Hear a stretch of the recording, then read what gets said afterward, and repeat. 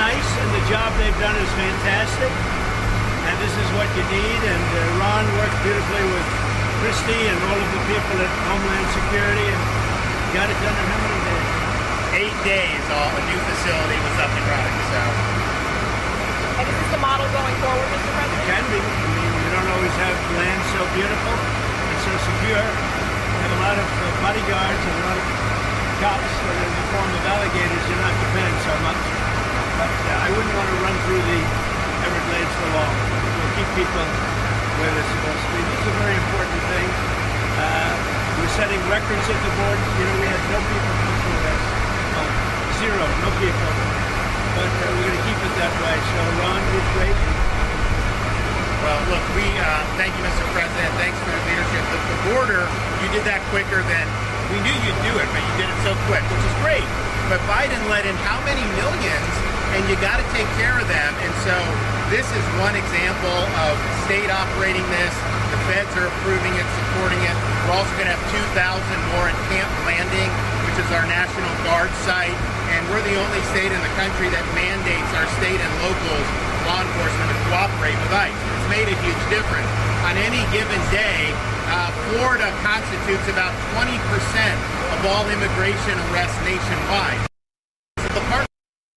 So, what I would just say is, don't let Florida be the only state. We've got very red states that should be doing this just as much as Florida's doing. That will increase their numbers. And then what happens is you'll have a lot of people that will deport on their own because they don't want to end up in an alligator Alcatraz or some of those other places. So I think this is a model, but we need other states to step up. I was going to ask you, would this be enticing for other states to come up with their own model? They are doing it. We have Louisiana doing it. I think Alabama's doing it. We have a lot of states. They seem to be red states. There aren't too many blue states for whatever reason. But the red states, Republican-run states, are doing it. The blue states don't do very well at security and policing. What would you say?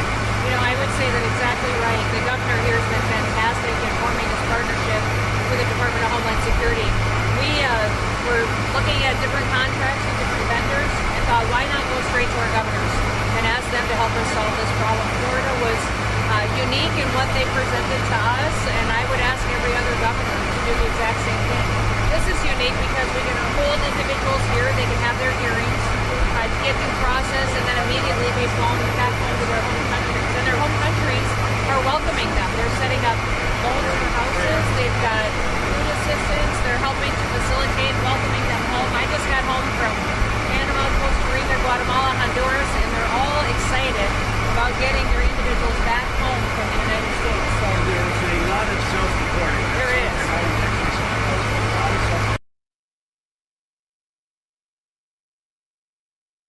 I flew over the Everglades, we did a little circle, I said, that's a big piece of the nation.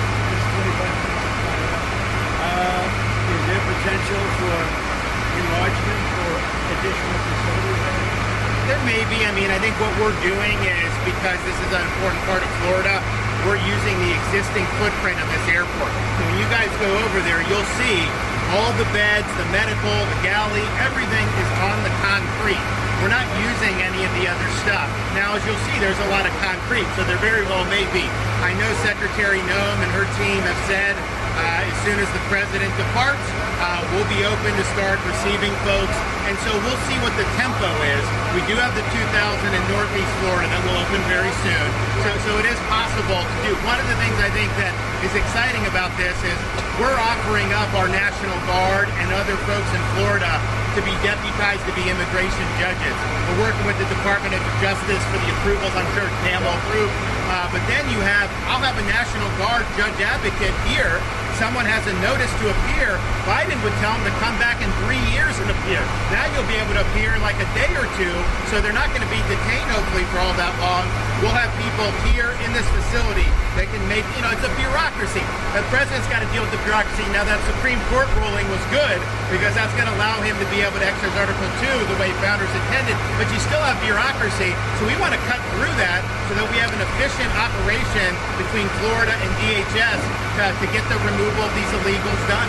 And are you still prioritizing going after the worst of the worst, or are you now arresting anyone who is here? The worst of the worst, always first. I think it's great government, what we've done. And nobody can ever forget that this group of people, Biden or whoever it was, Biden, whoever it was, what this group of people, a small group that circled the resolute desk, what they did to this country. Think of it, like your time, all the time you have to waste through this. It's an unforced error. We had nothing. We had no problem with this. There was never anything.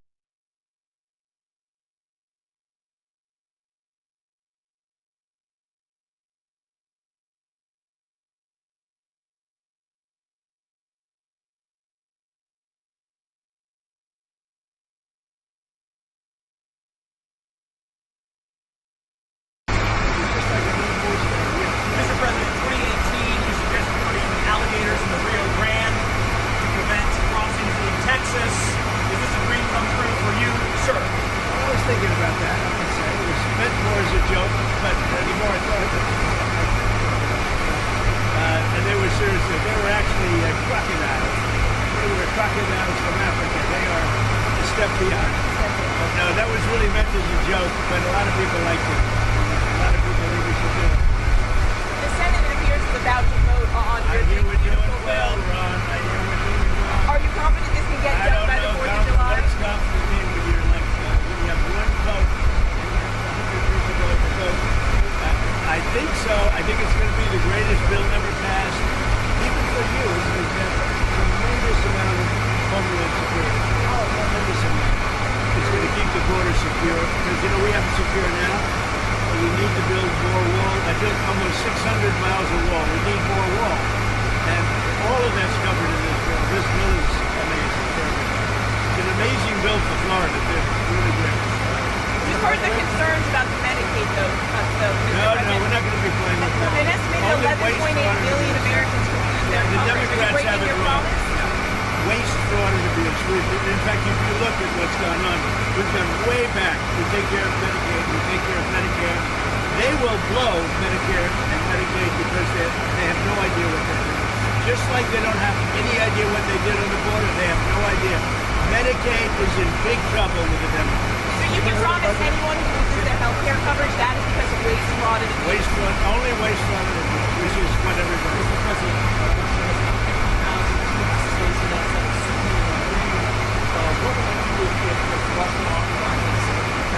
We'll see what happens. I'm watching it very much.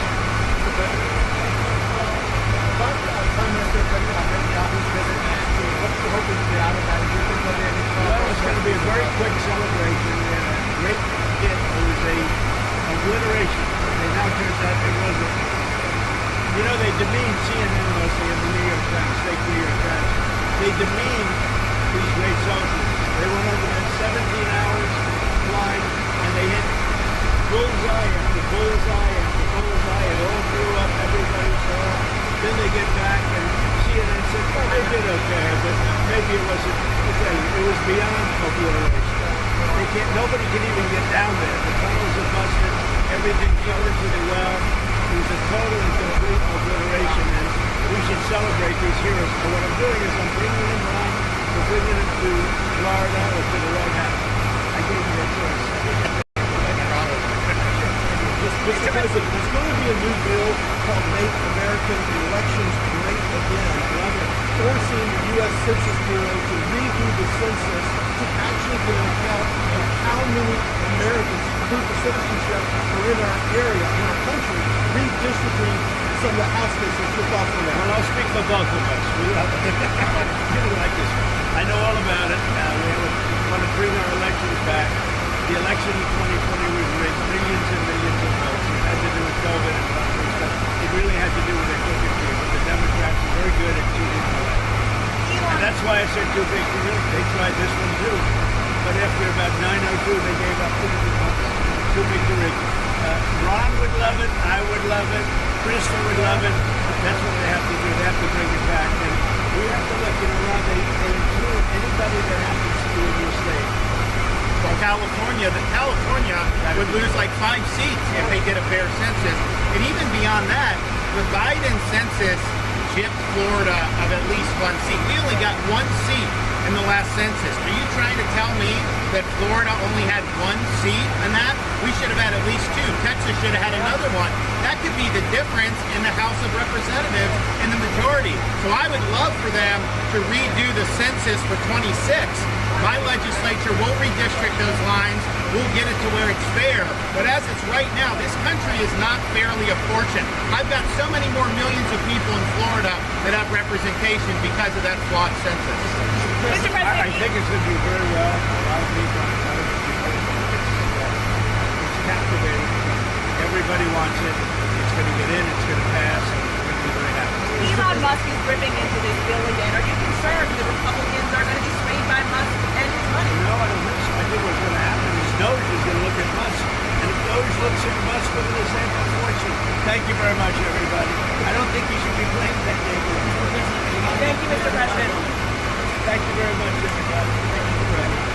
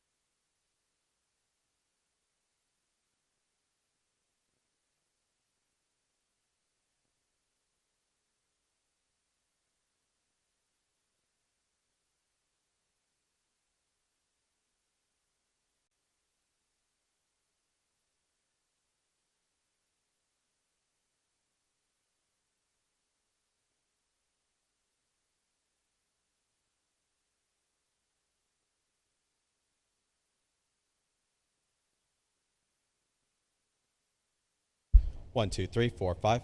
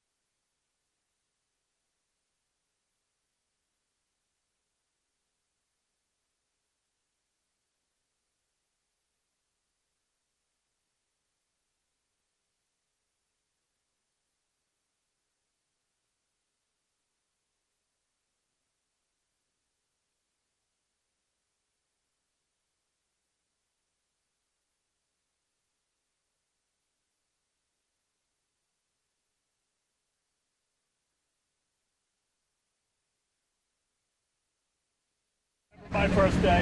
Well, where's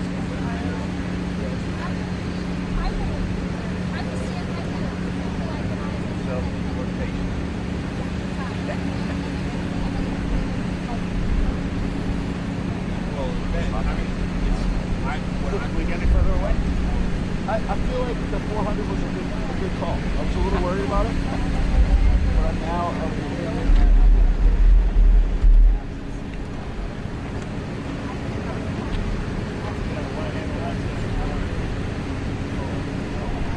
Well, I hope that works.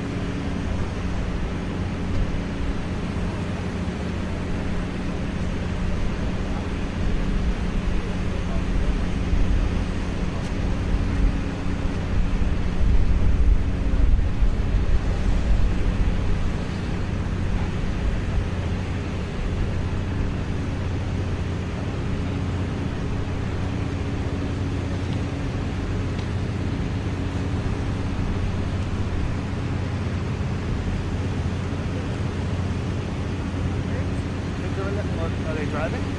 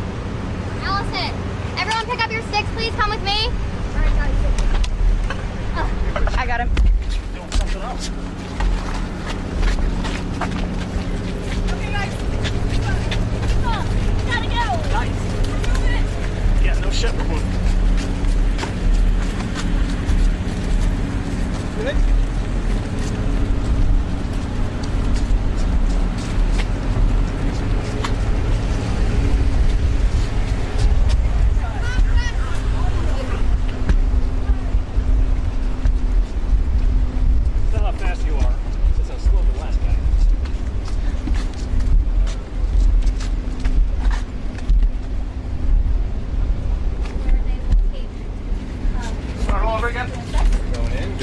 Let's. Yes, this is our medical tent. So we're gonna. The president has invited the press to join.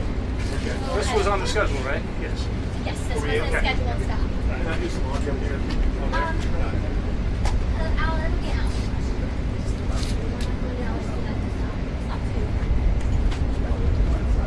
Yes, he's invited.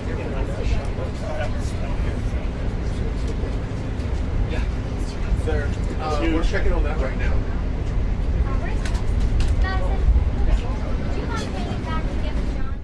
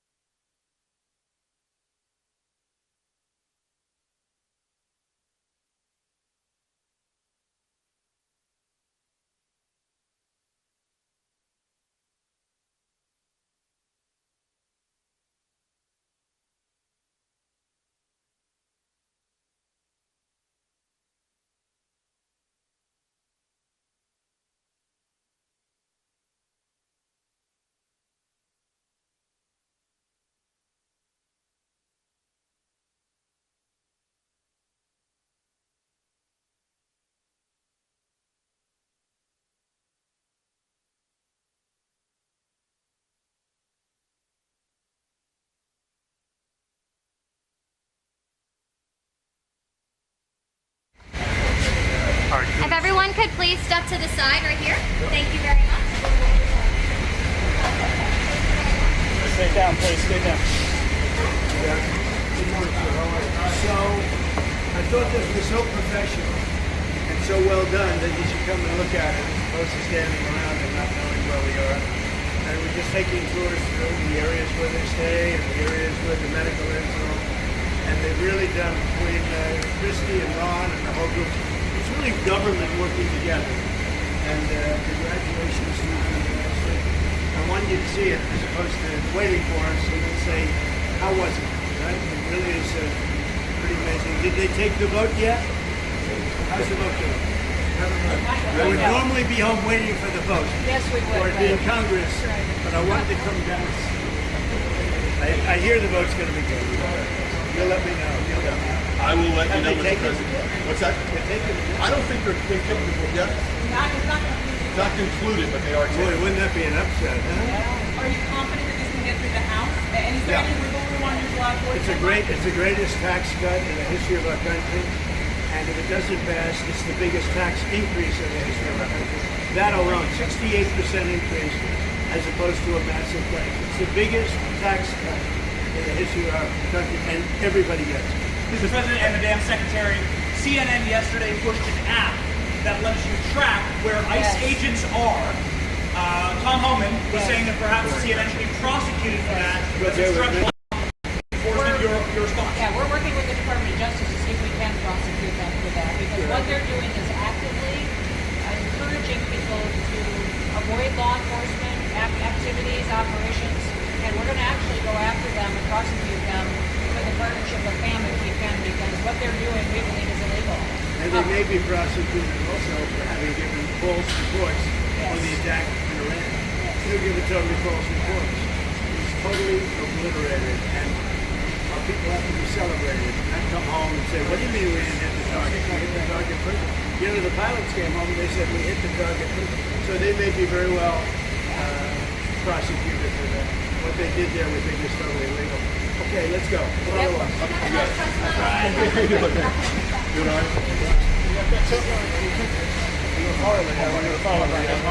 Yes. He works for who? He works for Real American Boy. Oh, okay, good. You think it's easy? You think I can take this? I just need to weigh my man here. Yeah, here you brother. Hold right here if you don't mind. We're just gonna hold right here. Let's go. He's the one that said let's go.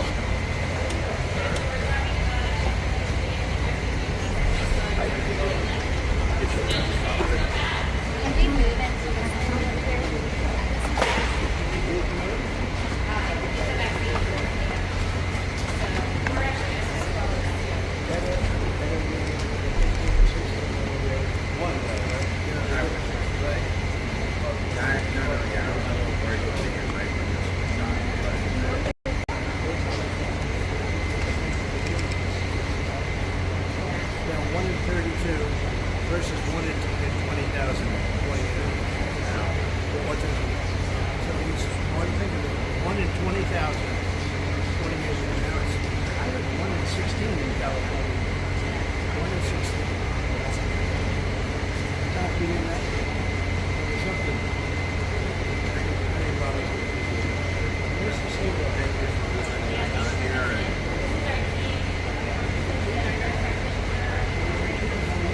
They actually did all the work.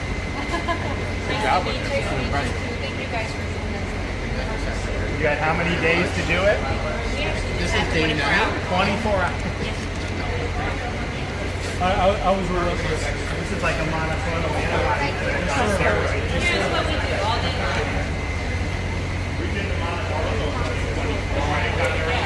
I did work in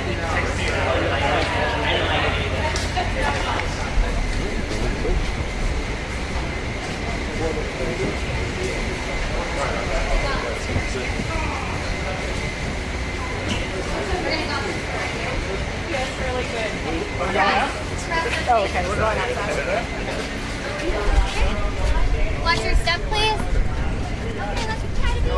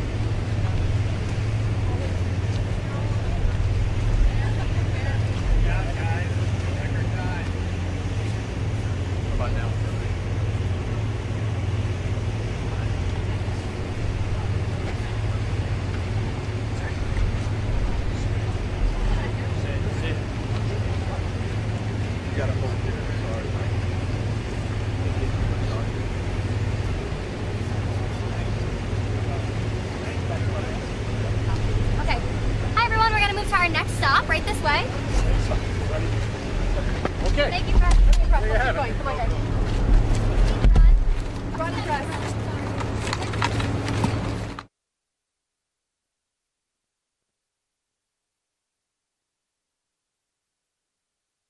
Check, check. 1, 2.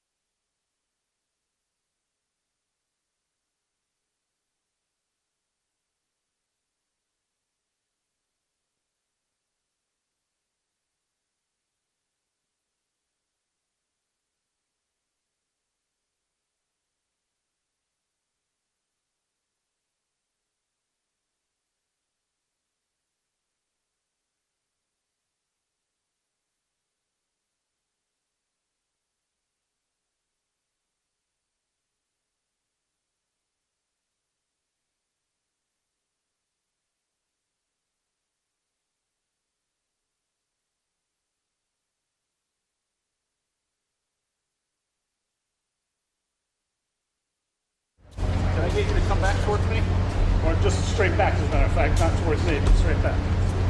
Yeah, Can you guys hear me in the studio? And then you're good? All right. What's that? No idea. I don't think we're texting. No, no, war room's taking Look at the rings.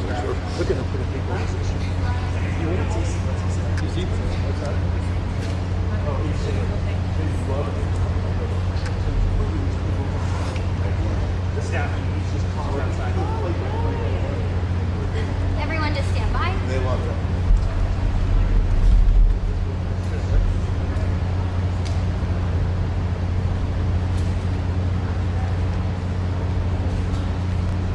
Oh wow, this is the actual holes.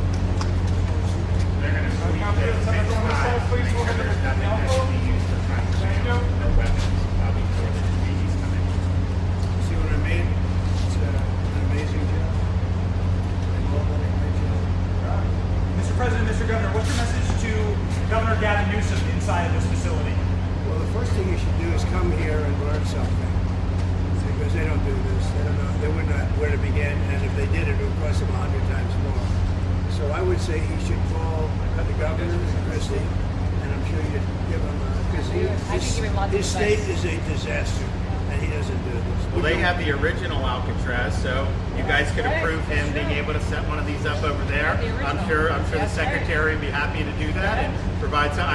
My sense is he's probably not going to bite on that, but I don't know that they'd be able to come in at cost because they tried to do this high-speed rail. They spent like $150 billion, no tracks. We've got a privately funded rail in Florida from Miami to Orlando, cost the taxpayer $0. And it's very successful. So just a much different approach between states. Hey, Mr. President, when's the first person checking in this beautiful Alcatraz? Now, he ought to come here and study this because he's been learning a lot. When's the first person checking into the room, sir? Tomorrow? Hopefully tomorrow, within the next 24 They have the hours. doctors, they have all the professionals. There's going to be a security sweep because there have been civilians here, so they will sweep this multiple times to make sure there's nothing can be used as weapons or any contraband. And And then once that's cleared, then they'll do so. It's really up to Secretary. I know has got people in the queue, and so they'll be ready to receive. I think our viewers at home should note that this is air-conditioned facility, Yes, so it is. if any of the news claims they're keeping them out in the hot, humid South Florida, that is wrong. It's probably 62 degrees in here, or 72. Hey, Yep. Biden wanted me in here. Okay, that's it. He wanted me. It didn't work out that way, but he wanted me in here. Mr. President, what's your expectation what this will do for the speed and force of deportations? Well, a lot of things, and they're both telling me that these people come in here, they want to go home, and they want to go home, so we immediately send them home. You know, where it's appropriate. Now, if somebody's a real killer, we don't send them anywhere. We put them in maximum security. Look, what we inherited from this guy, this incompetent man, and his administration, which wasn't incompetent, it was radical left, lunatic, communist, whatever you want to say. I know most of them. What we inherited should never, ever be forgotten. What they've made us do. This is all because of an open border policy where 25 million people flowed in. From all over the world, from prisons, from all over the world they flowed in. For no reason whatsoever. We had, you know, when I left, we had a very powerful border. We had no problem. He opened it up. Day one, he just opened the border. People couldn't believe it. They were standing there. What did they do? They said, go in. That's it. If you look at the first day tapes, they opened it up and they said, go in. And that's where all of this began. But this is an amazing thing that they've done here. But listen, people don't have to come here. If they self-deport and go home, they can come back legally. We will let them come back legally. And there is a lot of self-deportation. Yes. But if you wait and we bring you to this facility, you don't ever get to come back to America. You don't get the chance to come back and be an American again and work here. So. They weren't with us when President and Secretary Kevin and I, we went through the intake. So right when you do the intake, they have the information about voluntary departure. They have the ability, obviously you guys are funding that because it's a lot cheaper to do it that way. So even if they get brought to the front doorstep here, they still have an opportunity to just go back voluntarily, and then this way they're How fast does that take from the minute that, let's say they get in here, they're like, hey, I want to stay here, I want to go back to... We can put them on a plane that day and take them home. We'll buy their plane ticket, go home, and then they get the chance to come back legally. If they wait and say we're not going to do that, they can come back legally after a period. Mr. President, you've talked recently about the idea of finding some way to get farm workforce and service sector workforce, and I think you've discussed somehow a program of people leaving on a sponsorship and coming right back. Can you give us a little more detail about that and why, in the view of some hardliners, it's not amnesty? Take care of our farmers and hotel workers and various other people, and we're working on it right now, and Ron's going to be involved, and you're involved already. So we have a lot of cases where ICE will go into a farm, and these are guys working there for 10, 15 years, no problem. The farmers know, we're going to put, it's called farmer responsibility or owner responsibility, but they're going to be largely responsible for these people. And they know these people. They've worked on the farms for 15 years, and all of a sudden, so I have a great, Ron does, Christy does, we have a great feeling for the farmer and for others in the same position. And we're going to give them responsibility for people. And we're going to have a system of signing them up so they don't have to go. They can be here legally. They can pay taxes and everything. They're not getting citizenship, but they get other things. And the farmers need them to do the work. Without those people, you're not going to be able to run your farm. Mr. President, you and the governor tangled pretty hard in the 2024 election, and you stand here now. I didn't notice. Yeah, you stand here now as partners on this effort. How would you describe your relationship, and what future does Governor DeSantis have? Excuse me? I think it's a 10. Maybe 9-9, because there might be a couple of little ones. So maybe it's 9. I think we have a 10. Do you think his wife should run for governor? We get along great.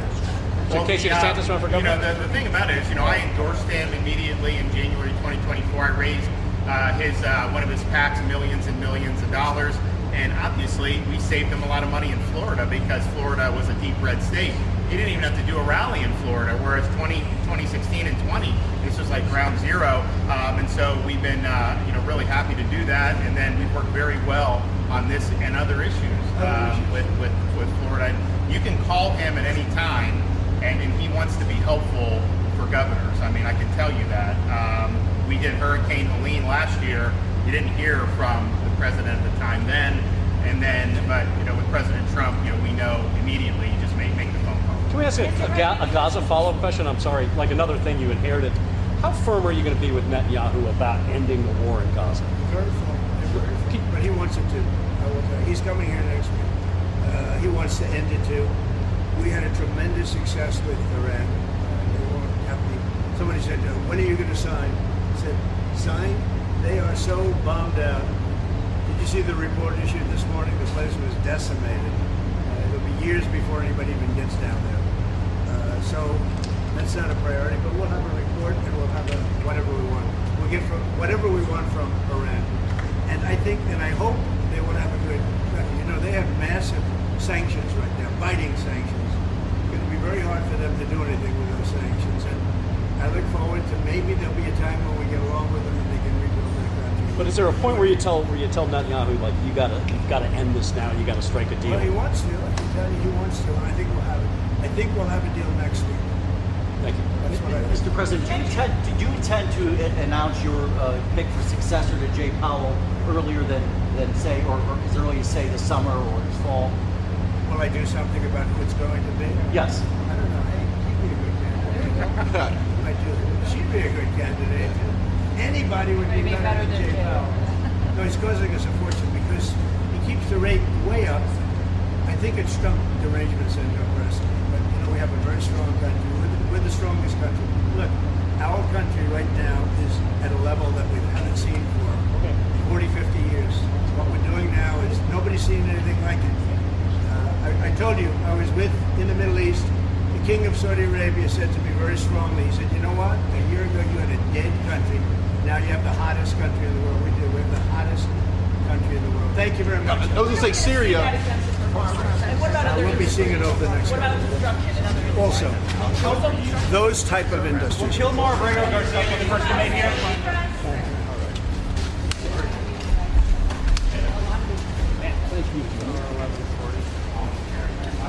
Right this way?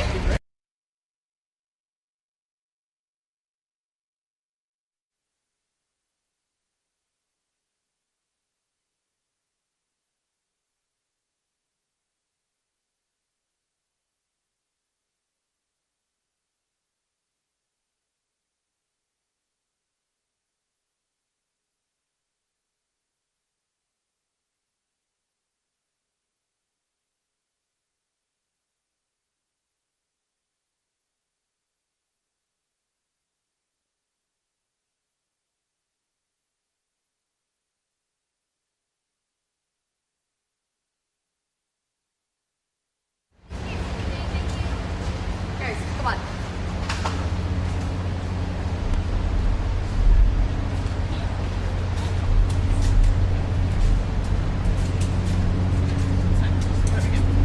A shot and a half. I'll take a shot and a half.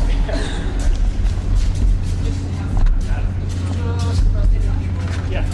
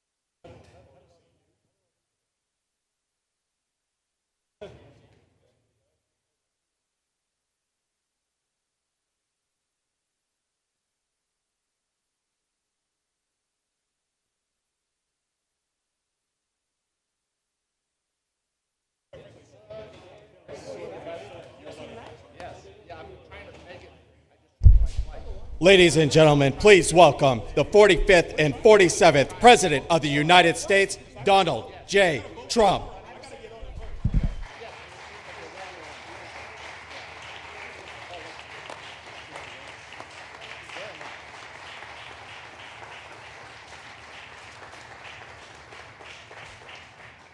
Thank you very much. They've done a fantastic job. Even the microphone works well. That's good. Wow. Well, I'd like to just thank everybody for the incredible job they've done. I love the state. As you know, Ron and I have had a really great relationship for a long time. We had a little off period for a couple of days, but it didn't last long. It didn't last long, and a lot of respect for each other.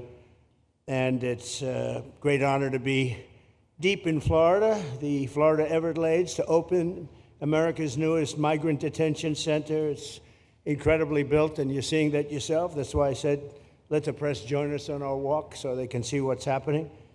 It's known as Alligator Alcatraz, which is very appropriate because I looked outside and that's not a place I want to go hiking anytime soon. But very soon this facility will house some of the most menacing migrants, some of the most vicious people on the planet. We're surrounded by miles of treacherous swampland, and the only way out is really deportation. And a lot of these people are self-deporting back to their country where they came from. Quite a few. We're amazed at actually the number. We took the FEMA money that Joe Biden allocated to pay for the free luxury hotel rooms, where he's paying hundreds of millions of dollars in New York City, and we used it to build this project. And Ron, was just a little fraction of that money. The money they spent on that project, I happen to know the real estate developer. He's a very he never really made that much, but he became very wealthy. With luxury, he didn't do well. With people that are not exactly luxury, he's made a fortune. I want to thank Florida Governor Ron DeSantis and Secretary of Homeland Security Kristi Noem, and Florida Attorney General James Uthmeier. Where is James? Where is he? You do a very good job. I hear good things. I hear good things about you from Ron too. No, you really do. He's even a good-looking guy. That guy's got a future, huh? Good job, James. I hear you did really, really fantastic. Worked hard. You're like in the construction business for a few days, right? Huh? Congratulations. For all the hard work and to make this facility possible. It's amazing. Thanks as well to Florida Agricultural Commissioner Wilton Simpson. Where is Wilton? Where are you, Will? Hi, Wilton. Been a long time. Thank you. Congressman Byron Donalds. Where's Byron? Hi, Byron. How are you? Good. Florida Speaker of the House, Daniel Perez. Daniel? Daniel, thank you, Daniel. Why, you didn't want to sit up here with us, Daniel? Executive Director of the Florida Division of Emergency Management, Kevin Guthrie. Hi, Kevin.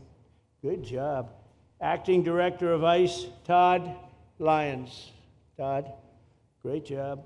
And Senator Joe Gruters. He is a great guy. Where is Joe? We love Joe. Thank you very much. Thank you. Thank you, Joe. Joe is great. With the help of those incredible Border Patrol agents, we now have the lowest level of daily border crossings ever recorded.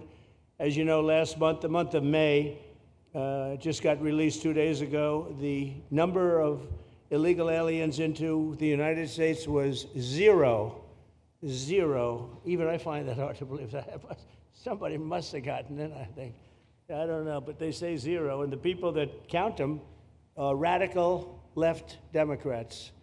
So when a radical left Democrat tells me it's zero, I believe him. But there's still much work to do. In the 4 years before I took office, Joe Biden allowed 21 million people, that's a minimum, I think it was much higher than that, illegal aliens to invade our country. He invaded our country just like a military would invade. It's tougher because they don't wear uniforms. You don't know who they are.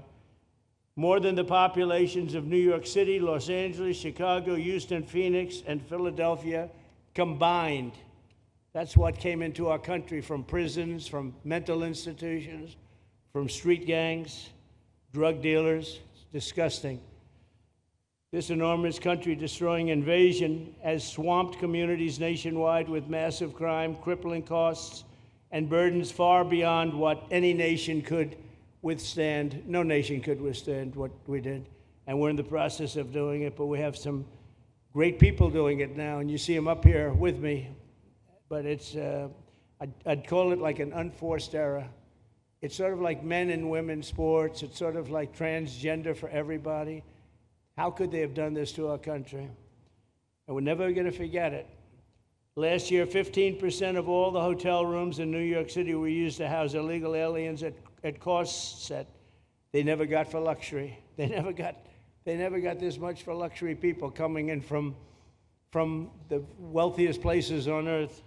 They made more money with the illegal immigrants, with many rooms costing more than $300 a night, 6 times the rent of a typical American family. In Denver, Colorado, the city was forced to cut $10 million from its police and fire department budget as part of a $90 million plan to house illegal aliens. And it's a population that's growing and growing and destroying Denver and growing. And again, it's destroying Denver. And it's destroying many other cities, too. Likewise, one of the city's largest hospital system is drowning in unpaid medical bills, unpaid in the billions, after their emergency rooms were flooded with tens of thousands of illegals, leading to the closure of critical services. And these are really critical services. They can't even keep them open for American patients. The American patients were treated worse than any illegal immigrant. In Los Angeles, 1 in every 4 students in the public school system is from a household headed by an illegal, and most of them don't speak English, so they're in a school system, and they don't have interpreters, they don't have anything, they don't speak English. What a mess, what a mess. Unforced error, all these people allowed to come in. The United States is now spending $78 billion a year on translation. Okay, think of that, $78 billion a year on translation, and smaller numbers on special education programs for non-English speakers in our public schools. So $78 billion, I think that's not a mistake.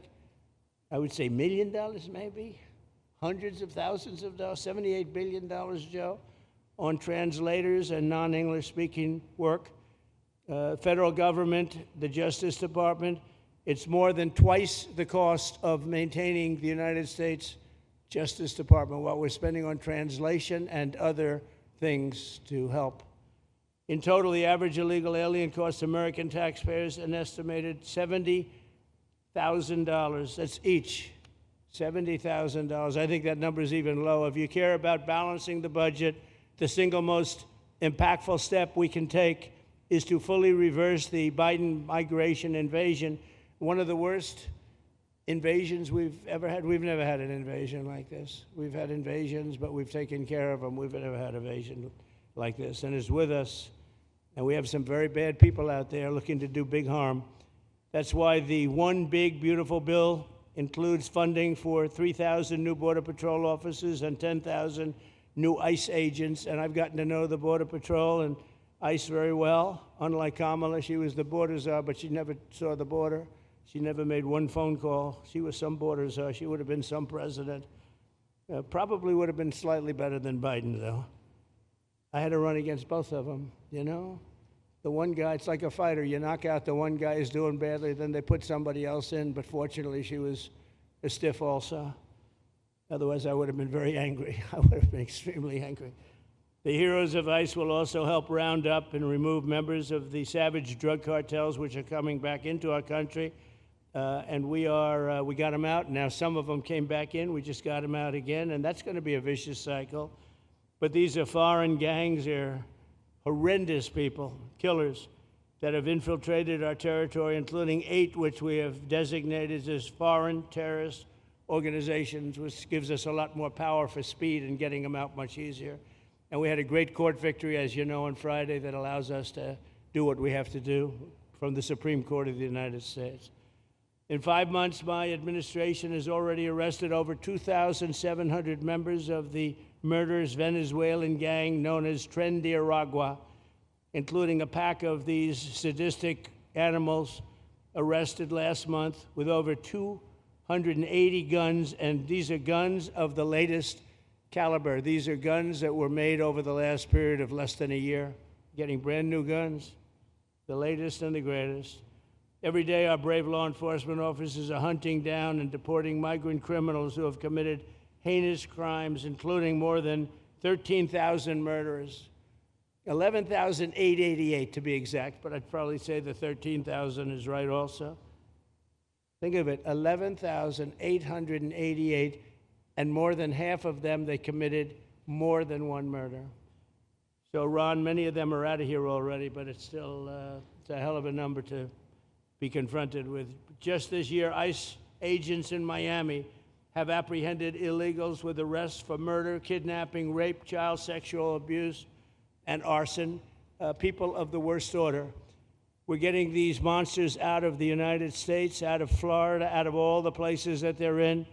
And on January 20th, I signed an executive order empowering governors and state police to be deputized to enforce federal immigration laws, and Ron's already taken advantage of it. It's a tremendous advantage for the states. Most of them are doing it. Actually, the blue states tend not to do it. Even a couple of them have, though. And I want to express my tremendous thanks to the state of Florida for embracing this opportunity and being a true partner. They've worked so well with the federal government. It's been just a beautiful, beautiful partnership. So, Ron, I'd like to thank you personally. You are my friend, and you'll always be my friend. And we may have some skirmishes even in the future. I doubt it, but I will always come back because we just we have blood that seems to match pretty well. We have a relationship that's been a very strong one for a long period of time, and I appreciate it, very much appreciate it. And also, Secretary Noem, I'd like to say, have you say a few words. You have been unbelievable, the job you've done. You and our favorite person, Tom Homan, have done, and your whole staff, because it's a lot of people, and Tom acknowledges it all the time. He respects you so much. He respects the staff that you both built. And you're really doing one of the great jobs. And it was great that you could work with Ron in Florida so well. Built such a great facility. So please say a few words. Thank you very much. I don't know if this will work. Well, thank you, Mr. President. First of all, I want to thank you for putting the safety and the security of the American people first, and the way that you never lose focus on making sure that America stays our priority and that the families that live here get the chance to grow up and to raise their children in communities that are safe and that give them an opportunity to pursue the American dream. This facility here is a fantastic representation of what can happen when all of government works together and when it's accountable to the taxpayers and to the citizens that live here. The President signed an executive order that allowed us to build partnerships with states and with local law enforcement officers, which is exactly how things should function in this country. More power, more authority given to people locally so that they can take control of their own destiny. And so we have already been working under the 287G program to deputize law enforcement officers, whether they be state highway patrol, local sheriff's departments in all of our states, and allow them to go out with our ICE officers, our border patrol officers, and make sure that we're getting the worst of the worst off of the streets. We also recognize that as we've been doing that and returning people back to their home countries, that we need detention facilities. We need beds to put them in place so that they can have their due process before they return home.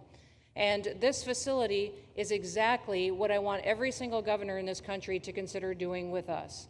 What happened to start this conversation was that a young man named Jimmy Percival in my office, my general counsel, who came from Florida and used to work here, called up the Attorney General and the governor and said, hey, what do you think about partnering with us on a detention facility that we could put in place that would allow us to bring individuals there? There's an airstrip close by. You guys volunteered the assets that you have and the connections that you have and worked with Kevin extensively so that we could come here, have their due process given, and return them home to their countries.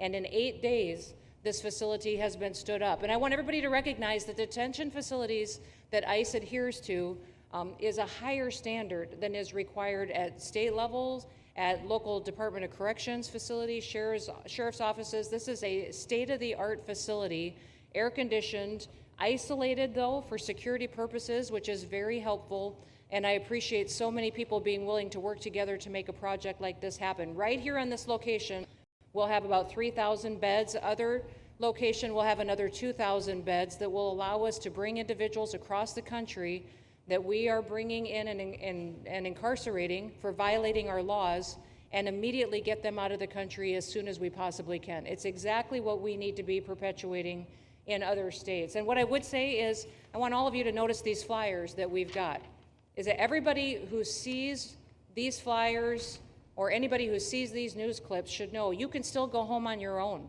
You can self-deport. If you go on the CBP Home app and go home now, you will get the chance to come back to the United States legally. You will get the chance to come back and do it the right way. If you don't, you may end up here. And you may end up here and being processed, deported out of this country, and never get the chance to come back. That is the consequences of breaking the law in the United States of America. Listen, our job is to uphold the law. This is a country of laws. We have a border now, and because we have a president that cares and recognizes that we need to be a nation of borders and a nation that upholds the law.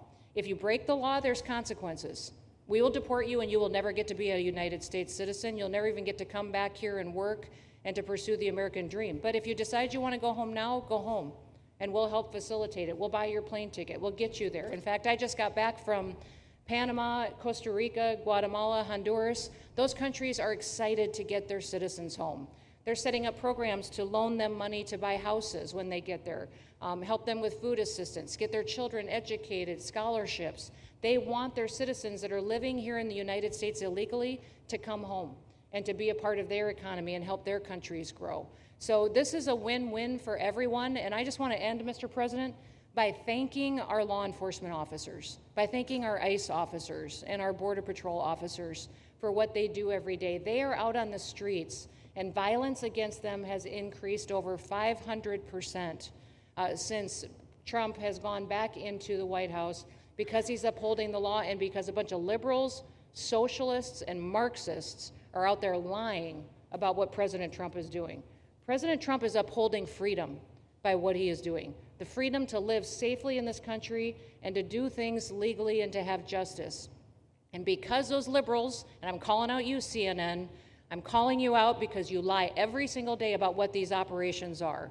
We are going after murderers and rapists and traffickers and drug dealers and getting them off the streets and getting them out of this country because Joe Biden let the worst of the worst come in here. The other day I was talking to some marshals that have been partnering with ICE. They said that they had detained a cannibal and put him on a plane to take him home, and while they had him in his seat, he started to eat himself, and they had to get him off and get him medical attention. These are the kind of deranged individuals that are on our streets in America that we're trying to target and get out of our country because they are so deranged they don't belong here. And they shouldn't be walking the streets with our children. And they shouldn't be living in the communities with our families who just want to grow up, go to job, raise their children to grow up and get a job and to live the American dream. So thank you to all of our law enforcement officers, those in our military that have been helping, our National Guard. Thank you to Governor DeSantis for stepping up and being an example to other governors. I hope my phone rings off the hook from governors calling and saying, how can we do what Florida just did? How can we do exactly what they did? Because we need this big, beautiful bill. We absolutely have to have this big, beautiful bill that has the funding so that we can continue this operation and we can get those bad criminals off of our streets and have the officers to do it so that when they go out on an operation, somebody's got their back. Somebody's got their back, they can do it safely, and they can go home to their families at night too. So this bill needs to pass through Congress so we have the resources at the Department of Homeland Security to make sure that our homeland truly is secure. And Mr. President, thank you for Stephen Miller. I just want to thank you for him. This guy calls me night and day and tells me all of his wise advice and wisdom, but he's a rock star because he loves this country and he's passionate about making sure that nobody is prioritized over an American citizen. We love everybody. We do. We love everybody. Not everybody. But, a lot of people. But we shouldn't be putting people illegally above citizens. We should be making sure that we do things right. And that's what America has always stood for, and we're an example to the rest of the world because we do it right. So, Mr. President, you surround yourself with great people, and I think that's because everybody wants to work for the greatest president that the United States has ever had, and that's President Donald J. Trump. Thank you very much, Chrissy. Thank you. Thank you. Thank you very much. And I have to say that, you know, when Christie's name was put before me, by Tom Homan, by the way, because I wanted him for the border, and somehow I thought that was going to be good in that sort. But he didn't want the upper job. And I said, who do you recommend? Christie Noem. I said, oh, are you kidding? She's great, but she's such a fine, elegant person. He said, sir, she's tough as hell. I said, are you sure? You are tough as hell, I tell you. And you do it in a very nice way, but you are, if you ever saw her ride a horse, she rides a horse like she should be in the rodeo. She's like an unbelievable horse person, and you've done a fantastic job, and Steve Miller would even agree to that. And he likes nobody, by the way. I don't think he likes anybody. And another one we like is Ron. And Ron, would you say a few words, please? Sure. Well, thank you, Mr. President. Welcome back to Florida. And I think this is the first time you've been back since the events of a couple weeks. So just let me say, as somebody that was serving on active duty in Iraq back in the day, we witnessed the number of our troops that were killed or wounded by the Iranians. We know that they're a militant Islamic regime that was hell-bent on getting nuclear weapons, and under Joe Biden, they were about to get nuclear weapons. And because of your strong actions, those dreams and those ambitions have been reduced to rubble. And I thank you. I know a lot of veterans thank you, and people in Florida really thank you for stepping up and really making a strong, tough, but strong decision. I think we're much safer as a result of that. Now, on the immigration, I think President Trump's election represented the chance for us to finally solve this illegal immigration and border problem once and for all.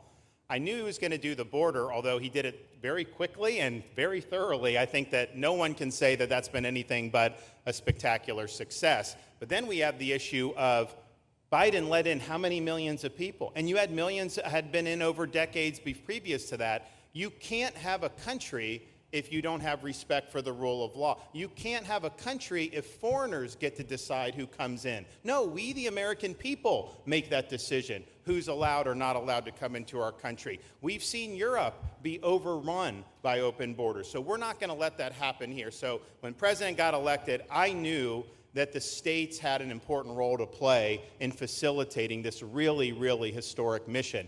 We're the only state in America, Florida, that requires full cooperation with ICE from all state and local law enforcement entities. And what is the net result of that? We have these agreements for these 287G task force with sheriff's departments, police departments, state agencies, and it's really instrumental in rounding up a lot of really bad people who shouldn't be here. If you look at the number of those full-blown 287G agreements that have been executed around the country, the state of Florida accounts for 60% of those. If you look at the number of immigration arrests of illegal aliens on any given day, the arrests happening in Florida constitute between 15 and 20%. Nationwide. So we're all in on this because we understand how important it is to our citizens. It crowds schools, it crowds medical, it crowds housing. Yes, you have illegal alien crime as well, and people want the problem solved. And the only way we're going to solve it is if states like Florida step up and help the president, help Secretary Noem get the job done. Now, this facility here was really in response to us working with DHS and ICE from the time the president got sworn in. And the number one thing they kept coming back to was, you know, Biden decimated the agency. I mean, let's just be clear. You could have illegals in Florida. Biden would just release them. Even when they had notices or they had orders to be removed, Biden wouldn't send them back. So their interior enforcement collapsed under Biden. So they're building it back up. But they're like, we need detention space in order to be able to bring about more deportations. And so what we have here can hold 3,000 now. We have 2,000 facility up at Camp Blanding that we're going to be open, which is our National Guard site. But think about what you have here. They come here, say they already or been ordered to be deported. You drive them 2,000 feet to the runway, and then they're gone. It's a one-stop shop. And this airport that's been here for a long time is the perfectly secure location. It's going to make a big difference. And let me just thank everyone who was involved. We got the call from DHS a little bit more than a week ago, and here we are 8 days later with this facility open, and as soon as Air Force One departs, it'll be swept, and it'll be open for business to be able to do. But our goal here is to process them and be able to effectuate their return to their home country.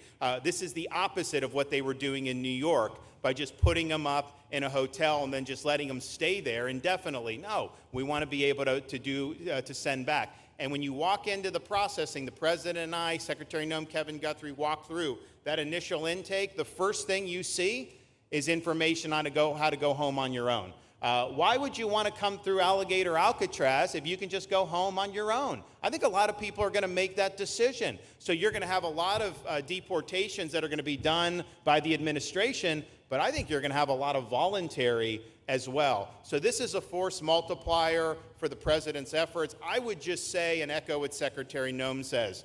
There is no reason why other states can't be doing it. And I know Louisiana, Texas, a couple of them, but we've got if only the red states did this, they would be able to expand their capacity by tens of thousands, maybe 50, 100,000 on a given day. That's how you really start to make a difference. And so we're proud to be able to partner with the Trump administration on that. Mr. President, thanks for coming down. I think you highlighting this is going to move the needle in a big way throughout the country, and I think it's going to help all of us achieve the really big results that I think our voters want to see. Thank you, Ron. Great job.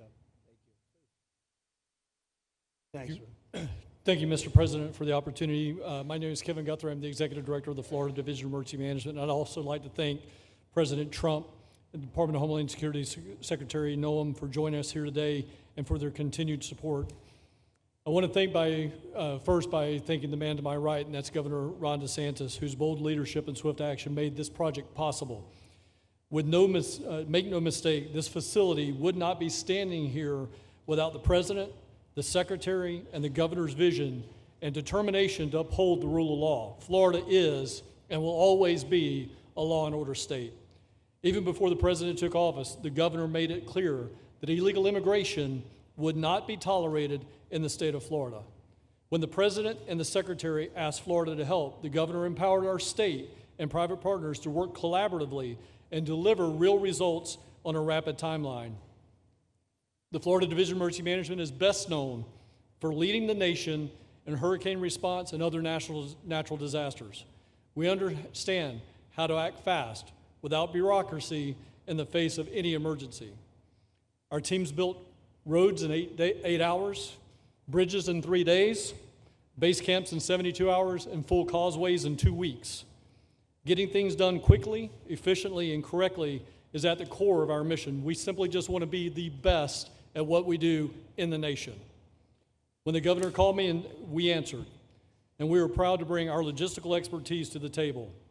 We know how to set up base camps for guardsmen, first responders, linemen, volunteers, and other aid sources, and distribute that in a matter of days before a storm. We're able to translate this knowledge to what we did here at Alligator Alcatraz. Florida has put the best teams together who check their individual logos and egos at the door to get this done. Not just for you, Governor, but Mr. President, for you as well. There are over 13 different vendors that came together to get this solved in 8 days. Truly a whole of private sector partnership to get that done. Behind you on these boards, in only 8 days, we have built a fully compliant detention facility with a detainee capacity of up to 3,000 people, with room for additional capacity if you asked us to do so. The detention facility includes over 158,000 square feet of housing and is a fully aluminum frame structure rated for winds of 110 miles an hour or a high-end Category 2 for those people that don't think that we're taking that into consideration. This is Florida, by the way. Power supply is fully redundant with backup generators in place. We've put a staff village here on site with a capacity of 1,000. Our services are hot meal 3 times a day, 24/7 medical facility, pharmacy, air conditioning, access to indoor and outdoor rec yards, legal and clergy support services, laundry. Our security element is over 200 security cameras throughout the facility, more than 28,000 feet of barbed wire, 400 plus security personnel to include 200 men and women, soldiers and airmen underneath Major General John Haas's command as the Adjutant General of Florida. And it's all surrounded, as you pointed out, Mr. President, by 10 miles of beautiful Florida Everglades. Contingencies, as with all state correctional facilities, we have a hurricane plan. We will not wait for a Cat 2. We will follow our normal evacuation procedures. as we do for any other facility statewide in our great state of Florida. We have on-site fire and EMS resources so that we do not we don't burden the locals with any type of response. All in all, sir, this has been a perfect state logistics exercise for this hurricane season. Everything we did here in the last 8 days, God forbid, if we have a hurricane, we're going to do it again. This was a dress rehearsal for us, and we are ready, willing, and able to support you, sir, the governor, secretary, and everything that you need us to do. Just a week ago, it was a taxiway and a runway, and now it's a fully functioning facility. We are happy to support you, Mr. President, Governor, Secretary. Fantastic. Thank you.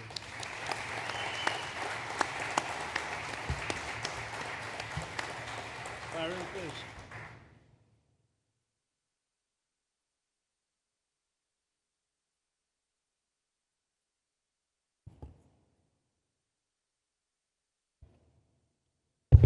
There we go. First of all, Mr. President, we all have to thank you for your leadership and for the mandate that the American people gave you to finally secure our borders and to deport criminal illegal aliens and longstanding illegal aliens out of the United States. That is a mandate given to you by the American people. I know Secretary Noem, Stephen Miller, Governor DeSantis, myself, on behalf of the other members of Congress in the Senate, and of course here in Florida, we are behind you 100% in that mission. To the governor, I really appreciate you and commend you for your leadership on this, taking swift, decisive action to building this facility. One of the things that has occurred because of the work you did earlier this year with the legislature is that our sheriffs are out there every single day. They are arresting these criminal aliens in our streets, and they're seeing some backlog in their jails. So this facility primarily goes to address some of that backlog and then to help us fulfill the mission that the president has led us to. So Governor, thank you for your leadership and thank you for your decisive action on this. It really does mean a lot to all the people of Florida, of course the people of the 19th Congressional District. Secretary Noem, I mean, what can I say? The president's right, you're double tough. So we appreciate all your leadership. You and Tom Homan have been doing a great job. And I'm actually going back to DC after this because we have to vote on one big, beautiful bill in the House. We have to get that to the president's desk so we can get you the resources that you need to fulfill the mission that the American people have asked us to do. I totally agree with what Mr. Guthrie has said. This is a logistical marvel when something like this occurs. We've seen Florida Department of Emergency Management answer the bell time and time again. The governor has said we need to accomplish this, and DEM gets that job done. And we had a side conversation about, I know there were some concerns. People were like, well, what happens if a hurricane comes? What happens if this happens? And I looked at Kevin Guthrie and I said, you already have a plan, don't you? And he goes, of course we have a plan. You know that we do. This is what Florida does, Mr. President, and so I want to commend you for your leadership and your vision on this. Governor, thank you for all that you've done with your vision and determination. Secretary Noem, we're going to get the bill done so you get the resources you need. See you, sir. Thank you very much. Oh, thank you. Wow. Thank you. You know, I'm waiting, listening to these wonderful words, and they are music to my ears, but I was also wondering how we're doing, because I know this is prime time. It shows that I care about you, because I'm here, and I probably should be there, but we do care. Thank you very much. James, please. We're all happy now, James. Yeah. Well, I can speak on behalf of all of our sheriffs, state law enforcement, our police chiefs. We are going to continue to make arrests, our pedals to the metal, as many as we can. We want to fill this place up. The governor and Kevin have shown they can build bridges in 3 days, so why not some detention facilities? Hopefully there's more to come. And you really kind of were the inspiration for this. We like the idea of reopening the original Alcatraz. I don't know if that can happen or not, but we thought, hey, we've got our own natural Alcatraz in the middle of the Everglades. Right. Great runway, great perimeter, so let's make it happen. In Florida, we walk the walk, and we will deliver for all of you. Thank you. Well, I heard you were responsible for the locational pick, and you cannot have picked a better location. I said, whoever the hell made this choice, I know you're taking a little heat from some environmental groups, but I take it all the time, and that's an honor. But I heard you were very responsible for that choice, and that was a big choice. Thank you very much. Great job, James. Thank you. Do you want to finish over here, and then we'll go over here? go back and celebrate the big, beautiful bill that you just got passed. You sure that's right, Brian? Yeah, all right. Wow, good. He's doing a good job. Right. Wow. Mr. President, first of all, I just want to say how grateful we are that you're back here in your home state of Florida. You've been doing an amazing job, not only at our border, but around the world, keeping this country safe and Americans. We are grateful for your leadership. God had a plan for us, and it was Donald Trump. So thank you for that. As a member of the Immigration Board and as the Commissioner of Agriculture of this state, I've been happy to help lead with the governor and the rest of the cabinet on this issue. We're very proud, Secretary Noem's here today and others, to represent not only the United States in our efforts to make this commitment to keep our citizens safe, but we're going to continue in Florida to remove the barriers to have your vision come true of a safe United States. We're going to get these illegal criminals out of this state, and we really appreciate you and your leadership in this effort. So thank you for being here today. Thank you very much. You're doing a great job, too. Thank you. Thank you, Mr. President. Joe Gruters, State Senator. I'm a member of your Homeland Security Advisory Council, your Vice Chairman. Thank you for that appointment. And thank you for coming back to Florida and everything that you do. Every single day you are delivering on the promises that you promised to us at all of the events you've done throughout the years, but specifically this last campaign. You deserve all the credit for everything, and you are surrounding yourself with incredible people like Secretary Noem, Stephen Miller, and just like your big, beautiful bill here in Florida, there was a lot of commotion about our immigration bill. And we had 3 B's in that: beds, badges, and bad guys. And this goes right along with our beds and the resources. And I give the governor, Ron DeSantis, a lot of credit for stepping up and making sure that we all work together, because at the end of the day, even if sometimes there are skirmishes, as a result of the back and forth, we ended up with a better bill, and we all win. And what we're doing here in Florida hopefully will happen all across the country. Your leadership is amazing. Keep up the great work, and just know that Florida loves President Donald J. Trump. Thank you very much, Joe. Appreciate it for a long time. Appreciate it. By the way, Okeechobee is something that we did together also, and that was a lot of money spent. I hope it was well spent. I know we did a Rolls-Royce job, but it's a lot of money that we spent out there together. And how is it going? You can delegate that to us, because we move faster than the Army Corps. Good. So we will finish that reservoir. Good. If you delegate it to us, I'll get it done and much quicker. Oh, I would do that. Yeah. I'll tell you. Let me ask myself permission. Permission granted. Go ahead, get the thing, get it complete. You want to do that? All right, we're gonna go talk to the Army Corps. Then after this. Good. You can move faster, actually. Please. No, sir, just first on behalf of the men and women of ICE, we just want to thank you for allowing us to do our job again. You know, your vision and under Secretary Noem's leadership, this is what the American people want. And I hope that you see great results of what we're doing out there every day of getting the worst of the worst out of our communities. Because of you and Secretary Noem, I have the privilege to lead one of the most premier and the finest law enforcement agencies that we do have in the United States. And the men and women of HSI and ERO Miami do incredible work like you highlighted. And with the governor in the state of Florida, the partnership in Florida has been amazing. The 287G program is only going to help us to identify all those known gotaways and get the worst of the worst out of the neighborhoods. And through our Homeland Security Task Force, we are going to make America safe again. So thank you very much to both you and the Secretary. Thank you, Todd. Great job. Really great job you're doing. Thank you. Please. Good morning, Mr. President. Thank you so much for coming. Again, as Garrett Ripp, I'm the Field Office Director for ICRO here for the Miami Field Office. Incredible collaborative work we've been doing together, working with the state, working with our local partners. And again, just the 287G is going to open up that aperture and allow us to get those bad hombres off the street and get them into this facility. And we're looking forward to it. And again, just appreciate all your support. Thank you. Always thank you. You've always been so great. Thank you very much. Please. Good afternoon, Mr. President. On behalf of Air Marine Operations, my name is Andres Blanco. I'm the Executive Director for Southeast Region. AMO continues to execute and support your executive orders. Air Marine Operations brings a unique capability both in the air and the maritime domains. And in partnership with our Border Patrol, OFO officers, and ERO, We continue to conduct effective operations both interior, along the border, and along the maritime approaches. Thank you very much. Good job. Good afternoon, Mr. President. Jose Figueroa. I am the acting special agent in charge for Homeland Security investigations here in South Florida, and our office covers from Key West to Fort Pierce. Tremendous collaboration here with the state and our federal partners. HSI is conducting criminal investigations into TDA, MS-13s that are involved in human smuggling, sex trafficking of minors, and we will continue that effort with your support. Governor DeSantis, thank you very much for this facility. Looking forward to continue the great work. Thank you.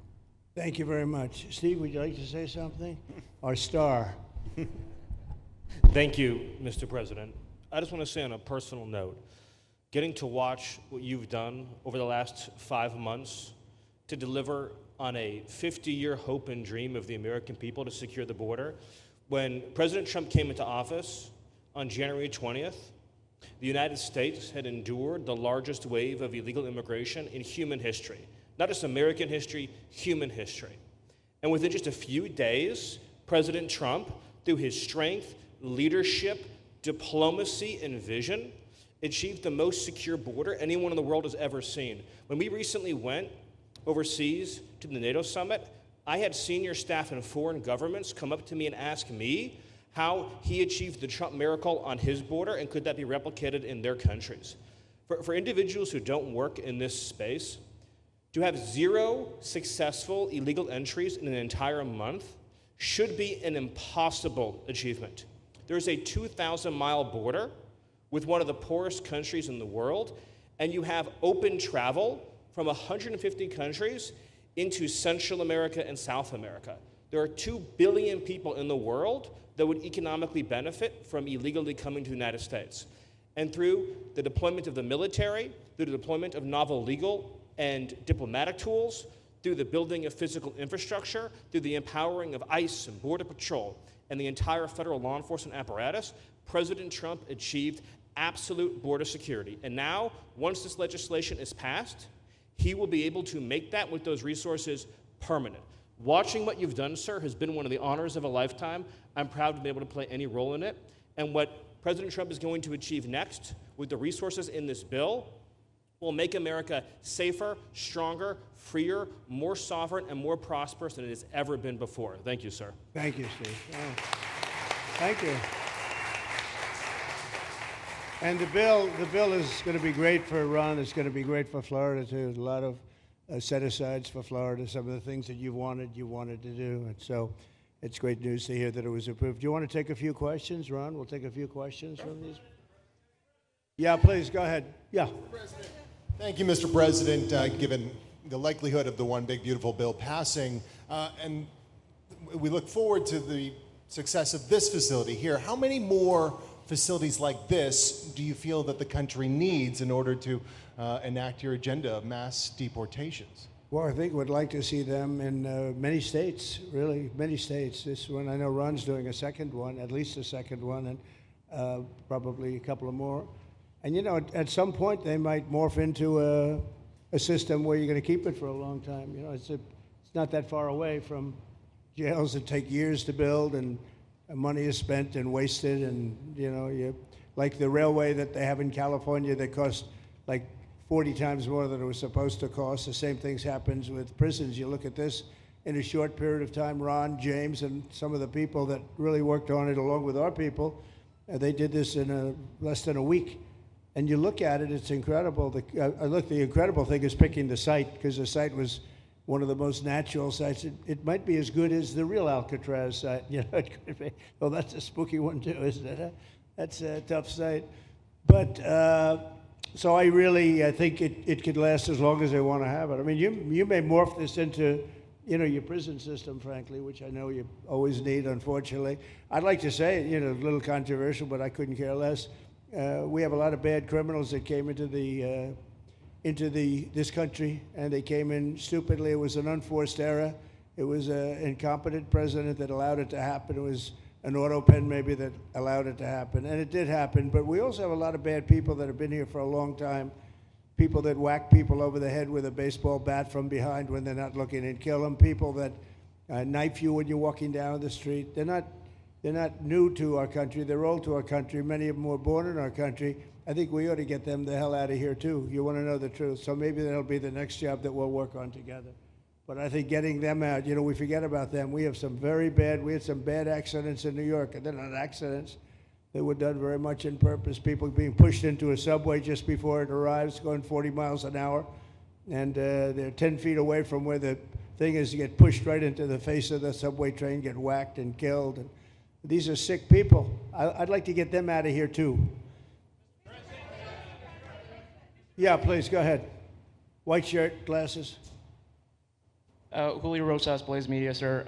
A couple months ago, I ran into former DHS Secretary Mayorkas, and I asked him a couple questions about his disastrous handling of the border. He didn't like my questions.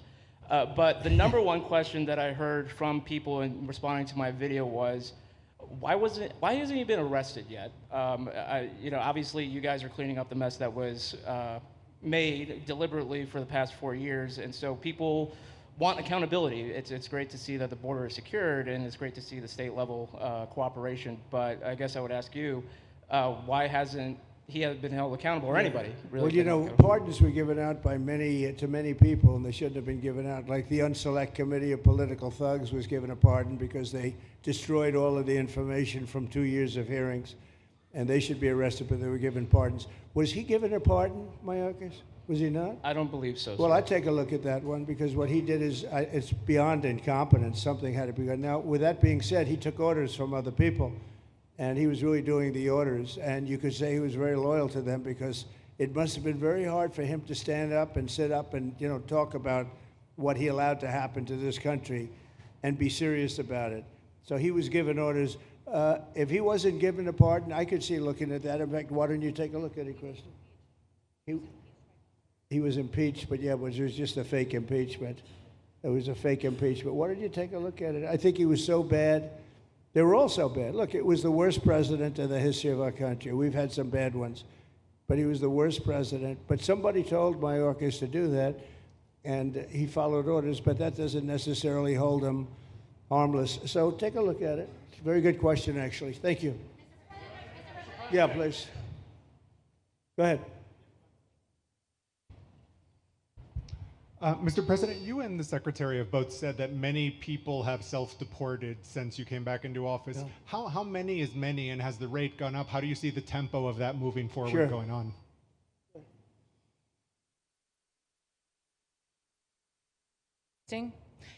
We have had several 100,000, but also we have many that have self-deported, not even using the CBP Home app. When I have gone to these other countries to negotiate security agreements and information sharing on criminals, who's coming and going into their countries, they report that hundreds of thousands have come home that weren't on our radar, that they are coming home on their own and self-deporting because they want the chance to be able to go back to America someday. So we believe it's over 1 million, possibly more than that. I'm asking all of those countries for their information on what they have of individuals that may have returned home, that they have taking advantage of their programs to help them become a part of their civilization again too. So we know it's over 1 million, but we have to, I'm getting more information, and that number will grow. If they don't leave, they never get the chance to come back. If we have to take them out, and we will, they'll go out, but they never get a chance to come back. The other way, we actually make it a little bit easier for them to come back. Okay? Thank you. Good question. Thank you. The bill is now passed in the Senate, but we are already hearing from some Republicans in the House who say they cannot get on board with the changes that were made to the bill in the Senate. What is your message to those holdouts? Well, I just heard that about the Senate, and the bill just passed, and it tells you there's something for everyone. I mean, it's a great bill. There is something for everyone, and I think it's going to go very nicely in the House. Actually, I think it will be easier in the House than it was in the Senate. And just to be clear, on the Medicaid cuts, you've promised not to cut Medicaid, said this is all just targeting waste, fraud, and abuse. Are you saying that the estimated 11.8 million people who could lose their health coverage, that is all waste, fraud, and abuse? No, I'm not saying that. I'm saying it's going to be a very much smaller number than that, and that number will be waste, fraud, and abuse. And if you look, they took a much more liberal stance on the Medicaid situation than they could have. They had to They had a tough stance and a weak stance. They took not a very strong stance on that to start off, and it's waste, fraud, and abuse, and everybody wants that covered. What number is that? What analysis are you seeing? I'm not seeing a number, but I know it's much less than the number you gave. And we really were very, very cognizant of three things. Social Security, we're going to take care of it beautifully. Medicare and Medicaid. And we are going to save it, whereas the Democrats are going to, you won't have it. They will destroy Medicare and Medicaid, and they have to because their numbers don't work. So it's not going to happen. They're the ones that have destroyed Medicare. They have made it so bad already, they're going to make it a lot worse. But now we'll be in charge, so we're going to have no problem with Medicaid or Medicare or Social Security. Thank you. Yeah. Claire Gall with Wink News in Fort Myers. What is your direction to ICE when it comes to arresting farm workers here illegally, other workers in industries that are pretty critical to Florida's economy? Yeah.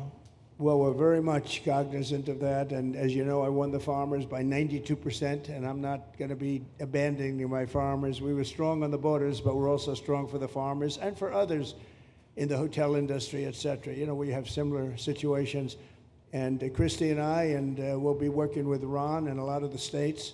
We're going to work something where the farmers can be responsible for some of the people they have people, Ron, for 10, 15 years that they know very well. We're going to put them responsible. And we're going to issue a form of a card or document, and the farmer's going to be responsible for these people. They're not going to have citizenship, but they'll be working, they'll be paying taxes. We need to get our farmers the people they need, otherwise our farmers aren't going to be able to do their land. You know, it was tried once before, many, many years ago, where there was a very strong guy, and he got everybody out, and every farm, almost in the country, but every farm in California, every farm in Iowa, almost all the farms went bankrupt. They had nobody to work, and we don't want to have that situation. So we're going to work it. We're going to put our farmers and others in charge of the people that they have under them. They know the people, and I think it's going to work out really well. We're going to take care of our farmer, but we're going to get the criminals out. Okay? Yeah, go ahead, please. Thank you. Mr. President, how do you respond to critics who fear that a 3,000-bed detention center and the waste that could produce will pollute the surrounding federal protected land, including land that both administrations have invested billions of dollars in restoring? Well, I was one of those that invested billions of dollars and hundreds of millions of dollars right here in the Meadowlands, but in the Everglades, and the Meadowlands too in New York. If you look at what we did up there, speaking of the Meadowlands, a lot of places like this, but this is a very unique one. One thing I'll say about this land, we'll be gone 1,000,000 years and this land is still going to be here. It's not going to be much different. You'll have the water moccasins, you'll have the alligators. You may not have people, but you're going to have all those animals. They're going to be around, and you got plenty of them out here.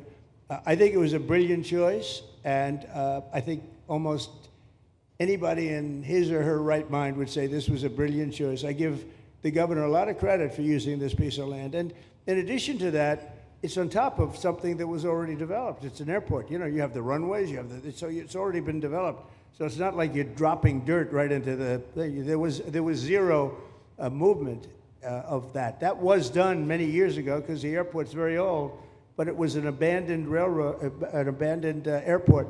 And frankly, it's like perfect. And you can do expansion on this site substantially without doing anything. So the people, I heard them complaining about the Everglades. There's no, I don't think you've done anything to the Everglades. I think you're just enhancing it. This was already here. How long has the airport been here? Decades. Many decades, yeah. And they have, Kevin, all these guys, you know, have a waste plan, like the wastewater gets trucked out, potable water gets, literally, they have, even our DOT has put things up in case there's any seepage, which we don't. So you are literally doing this on concrete that's already here. So I don't think those are valid and even good faith criticisms, because it's not going to impact the Everglades at all. President's been a champion, we've been a champion, really changed the game in Florida on it. I think it's just people don't want to see illegal immigrants deported, and that's their ideology, and they have a right to that. But illegal immigration's unpopular, so they know that they're going to have less effect trying to do it. So they're going to try, oh, well, no, it's just about the Everglades. But really, I think a lot of those people, they just don't want to see illegals deported. Because if you actually hear everyone's here, you obviously know there's zero land that's being disturbed. Well, you know, when we talk about popularity, though, I will say I ran on the issue of illegals, and we have to get them out. And I won 82% on that issue. So I think that they may not like certain aspects of it, but ultimately they do not want them in their country. And if this is a part of a use, but I think from an environmental standpoint, it's incredible. In fact, when we landed that very big, heavy plane today, they came out and checked it fairly. I think they want the president to be able to land on a piece of concrete that's not going to go 6 feet underground. And they checked it. They came back and they said, this thing is really solid. So it's been there a long time. It's going to be here a long time. And it was a great choice of a site. Thank you. Yes, please. Brian, go ahead. Yes, sir. The people of Syria were recently seen on the streets waving American flags, chanting Trump, Trump, Trump. They're so appreciative of the economic sanctions that was lifted on that country, giving them a little bit of hope for prosperity. You want to comment on that? Well, they're great people, and the man that is leading them has a reputation. He was the head of some pretty tough organizations, and a lot of people criticized me for that. I said, well, what are we going to do, take him out of a day school, a country day school? It's going to be, by nature, I would think, Ron, they'll be pretty tough, and he is pretty tough, but I think I met him, spent a lot of time with him, good guy. I took off the sanctions because if I didn't do that, they wouldn't have had a chance.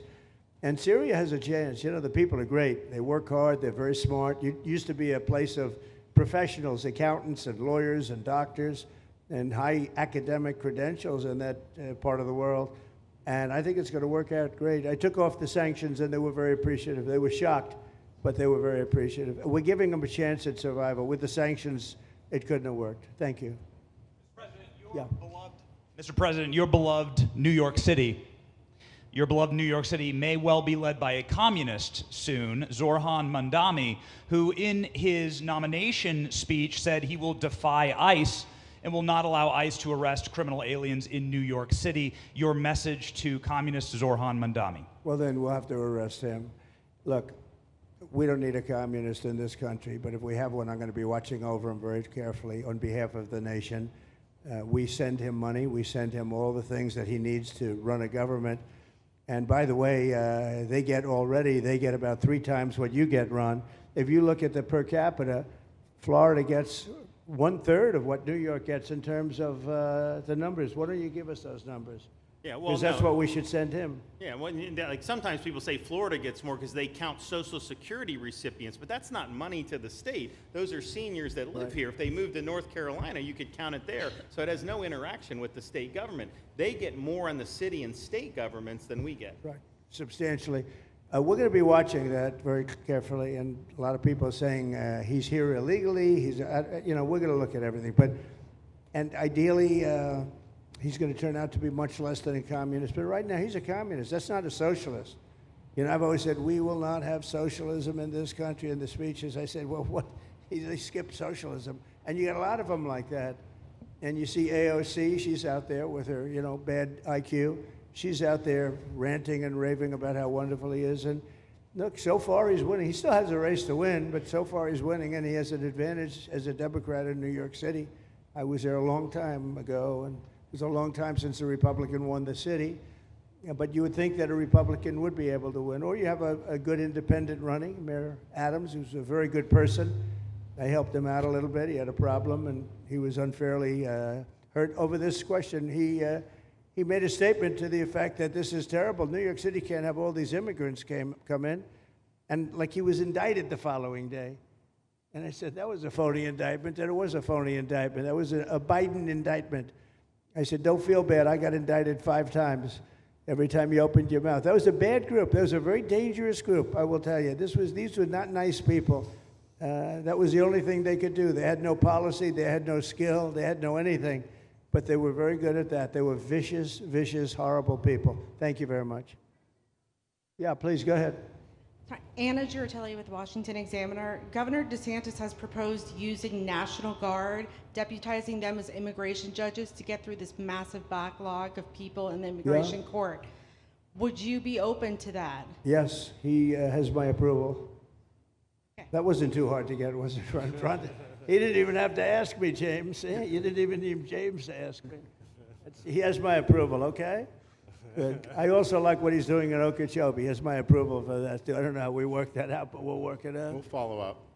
Go ahead. Please. President Trump, Jake Stofan with Action News Jax from up in Jacksonville. There's some talk about a facility similar to this up in Camp Blanding. Has that been approved by DHS? If not, what's the timeline? When could we see ground break on that? Well, I'll ask Ron or James to talk about it. Do you want to mention it, James? The overarching plan, I think the secretary has said she supports the whole plan, so you guys are going to keep going. Yeah. So, Mr. President, just specifically, the response for proposals is out for that today. It closes, I can't even remember what day of the week it is, but it closes on Wednesday at 5 o'clock. Then we will do notice to proceed. So I would say right after our wonderful Independence Day, we will be starting construction there at that facility. You're going to have another big runway there, too. That's great. Wow. Boy, I love these runways. It's very convenient, I must say. Having a runway is a nice thing. Today, you don't get runways approved. I will tell you, it's tough to get a runway. Although in the age of Trump, you get them approved fast. You know, we're approving massive electrical bins, what they call them bins, but big electrical facilities for all of the factories and the AI that's coming in. They're going to build their own electric. They're going to be really. They're going to be made into electrical providers. They're going to have a lot left over. They'll put it into the grid. I think, they're going to end up doing so much. They'll put it into the grid. Won't even cost anything from their standpoint. But so we have a lot of that happening. We get approvals fast. So, but I was just saying, runways are hard to get, but we'll get them now. But in the past, I would say over the past 30, 40 years, when you can get a runway, that was considered gold. Okay, please, go ahead. Go ahead. Sure.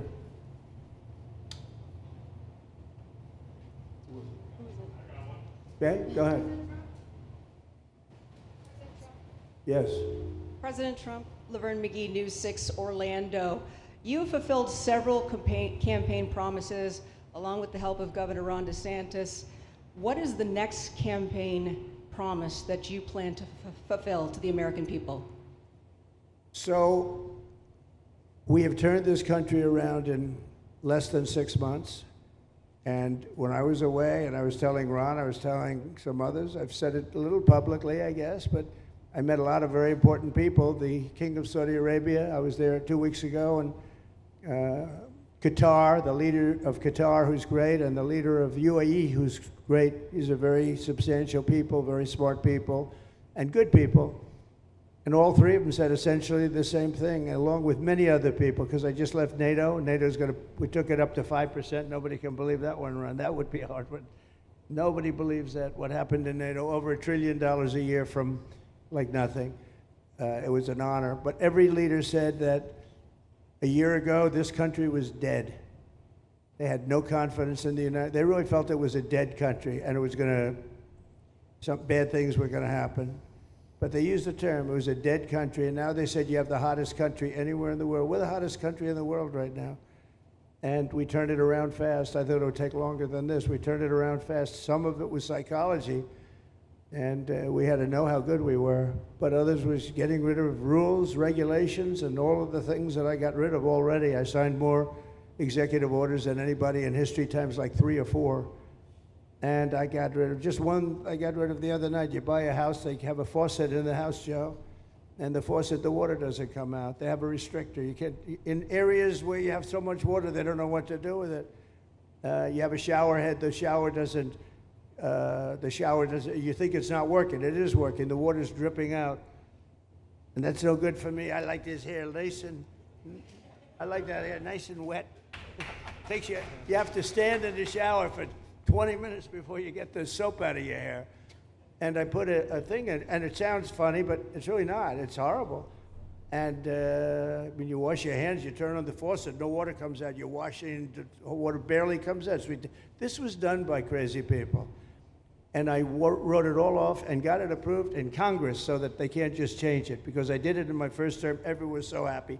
And then one of the first things that Biden did when he came back is he put the restriction on showers, toilets, and sinks. Put this restriction, and washing machines. Washing machine, they give you like a quarter of this bottle to do your clothing. And people needed 10 of these bottles. And the people came to me from Whirlpool, and they said, we can't make a machine that's competitive. We can't make a machine anymore. It doesn't work. Why? They don't let us use water. Do you have any problems with water? No, we have so much we don't know what to do with it. You know, it comes down from heaven, right? And I approved all of that, the washing machines, the whole thing. The dishwashers, that was the other one. They give you like this much water right up to there to do your dishes. So people, you know what they do? They keep pressing the button. So they end up doing the dishes 10 times. They end up using more water than you would have used if you did it right in the first place. So all of that stuff has been written off. It sounds crazy. It's little things. The straw, I let you go back to a plastic straw. I was tired of having straws melt in my mouth, you know? It wasn't working. The paper wasn't working too well. So these are little things that I did. Then we have the big things. We have the biggest things, and that has to do with some of the subjects we're talking now. I think the things we're talking about now are the biggest, because if you don't have borders in this country, borders and good elections, and we're working on that next. There's some bills coming in that's going to make sure that you're a citizen, that people aren't counted in the voting when, you know, they were here, and they're here as illegals, and they're criminals in many cases, and they give them a count, and you end up with extra congressmen. We're going to work on that. We're going to straighten that out next. That's going to be easy compared to what we were doing. But we did the big things, too. But little things like that, a straw, little things like a washing machine with no water. People go out, they spend all their money on a washing machine. The damn thing doesn't work. You can't use the water. Then you go to your sink, and that doesn't work either. You're stuck. You know what you do? You have dirty plates the next day. That's it. And we solved so many common sense problems. And they weren't easy. You know, there are people that really believe in this stuff. But, you know, most states have so much water, they don't know what to do with it. And look at North Carolina. I mean, they had a lot of water, and they have to get restrictors on their, you know, on their kitchen faucet. So we're very proud of the things we did, and we're going to do a lot more of them. Yeah, please, go ahead. You guys in good shape. Hey, it's Eric Bowling. How you doing, sir? Something we've talked about for, I'd say, better part of 20 years. I think it's something near and dear to your heart, energy, our energy security. Under Joe Biden, average price of oil for the 4 years was about $79 a barrel. He drained the SPR halfway down, promised to replenish it, never did. That's right. Under you, first term, $53 average price for 4 years. Biden was $78 for 8 years. It was never refilled. The question is now it's $64 or so. Yeah. What coming down rapidly. Coming down, and what a great opportunity to fix another one of Joe Biden's problems, one of the things he broke in America, giving us the energy security of an emergency SPR, Sure. Fill it to, maybe even go beyond and fill it to 1 billion barrels this time at a much cheaper price. Thoughts on the energy sector? So it holds 77 million barrels, and we had it up to the top, if you remember. And I was proud of that, and I made a deal to buy it at the lowest price of oil. It was a good deal, good instinct. And we filled it up, and when he came in, he started using it to keep oil prices down because he blew our energy policy out. Energy and his bad spending is what caused inflation. So now we have no inflation. Gasoline just hit $1.99 today in 5 states. $1.99, isn't that a nice sound? It was up to $4. And going up to 5, 6, and 7. In California, it was $7.70. But we just hit in five states, $1.99, $1.98. And it's coming down to that level, so that'll be a big thing. And one of the reasons the prices and costs are going down when you go to the supermarket, because I said I was going to get costs down. We're getting the cost down. Food is coming down. When I came out, my first week, if you remember, I had a lunatic reporter screaming at me saying, eggs are going through the roof. What are you going to do about eggs? I said, I just got here. I didn't know anything about eggs. I had to call you. I said, look, I just got here. Tell me the problem. Well, they're doubled in price, and they're going to be 5 or 6 times higher. They were right, actually. I said, let me work on it. And now we have eggs down to the same numbers it was when I first came in. You know, we lowered the cost of groceries.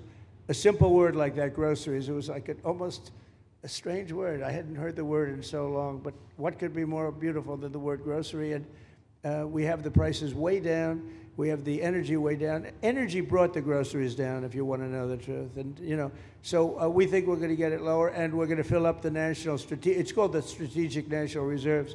I had it topped out, and this guy would use them every time before the election. He'd use them whenever they had an election. It was artificial. But believe it or not, as big as that are tens of hundreds of millions of barrels of oil, all filled up at low prices. but it was really meant for wars, and it wasn't meant for keeping your prices down during a holiday so that somebody could get elected. But they used it, and they didn't bring it. The only mistake you made, they didn't bring it a little down. They brought it right down to the bottom. The thing is practically empty. They never filled it up. They never spent 10 cents in filling it up. And we'll do that. When the market is right, we'll fill it up. I want to fill it up when the market's right. Thank you. How about one more question? Okay, please, in the back. Dana Marie McNichol, Fox News Channel. Mr. President, is there an expected time frame that detainees will spend here, days, weeks, months? And does that have anything to do with the immigration judges you just spoke about being trained and staffed here? When you say, what was the first part of your question? Is there a specific time frame you expect the detainees to spend here? Days, weeks, months? In Florida? Yes, here at Alligator Alcatraz. I'm going to spend a lot. Look, this is my home state. I love it. I love your government. I love all the people around. These are all friends of mine. They know them very well. I mean, I'm not surprised that they do so well. They're great people. Ron has been a friend of mine for a long time. I feel very comfortable in the state. I'll spend a lot of time here. I want to, for 4 years, I've got to be in Washington, and I'm okay with it because I love the White House. I even fix up the little Oval Office. I make it, it's like a diamond. It's beautiful. It's so beautiful. It wasn't maintained properly, I will tell you that. But even when it wasn't, it was still the Oval Office, so it meant a lot. But I'll spend as much time as I can here. My vacation is generally here because it's convenient. I live in Palm Beach. It's my home. And I have a very nice little place, nice little cottage to stay at, right? But we have a lot of fun, and I'm a big contributor to Florida, pay a lot of tax. And a lot of people move from New York, and I don't know what New York is going to do. A lot of people moved to Florida from New York, and it was for a lot of reasons, but one of them was taxes. The taxes are so high in New York, they're leaving. I don't know what New York's going to do about that, because some of the biggest, wealthiest people and some of the people that pay the most taxes of any people anywhere in the world, for that matter, they're moving to Florida and other places. So we're going to have to help some of these states out, I think. But thank you very much. I'll be here as much as I can. Very nice question. With that, I'd like to just end by saying I want to thank Ron and James and all of the people that have done such a great job, all of your staff. Really fantastic work. And it really started with site selection. You can do a great job, but if you have the wrong site in real estate, you have the wrong site, you're dead. And this was a great site selection, despite what you may read in the environmental press. Good job. And this was an honor for Christy and myself and Steve and all of our people to be here. And I also appreciate the media. They've treated us very fairly. Over the last few weeks, I've been treated very nicely. And it's so unusual. I'm not used to it, but we've gotten great accolades. Brian, I want to thank you for calling out, because I was waiting here because I knew the vote was taking place and I'm answering questions, right? So I want to thank you very much and say hello to our friend. And I will see a lot of you. Thank you very much. We're going to make America great again. Thank you very much. Thank you. Thank you, Father.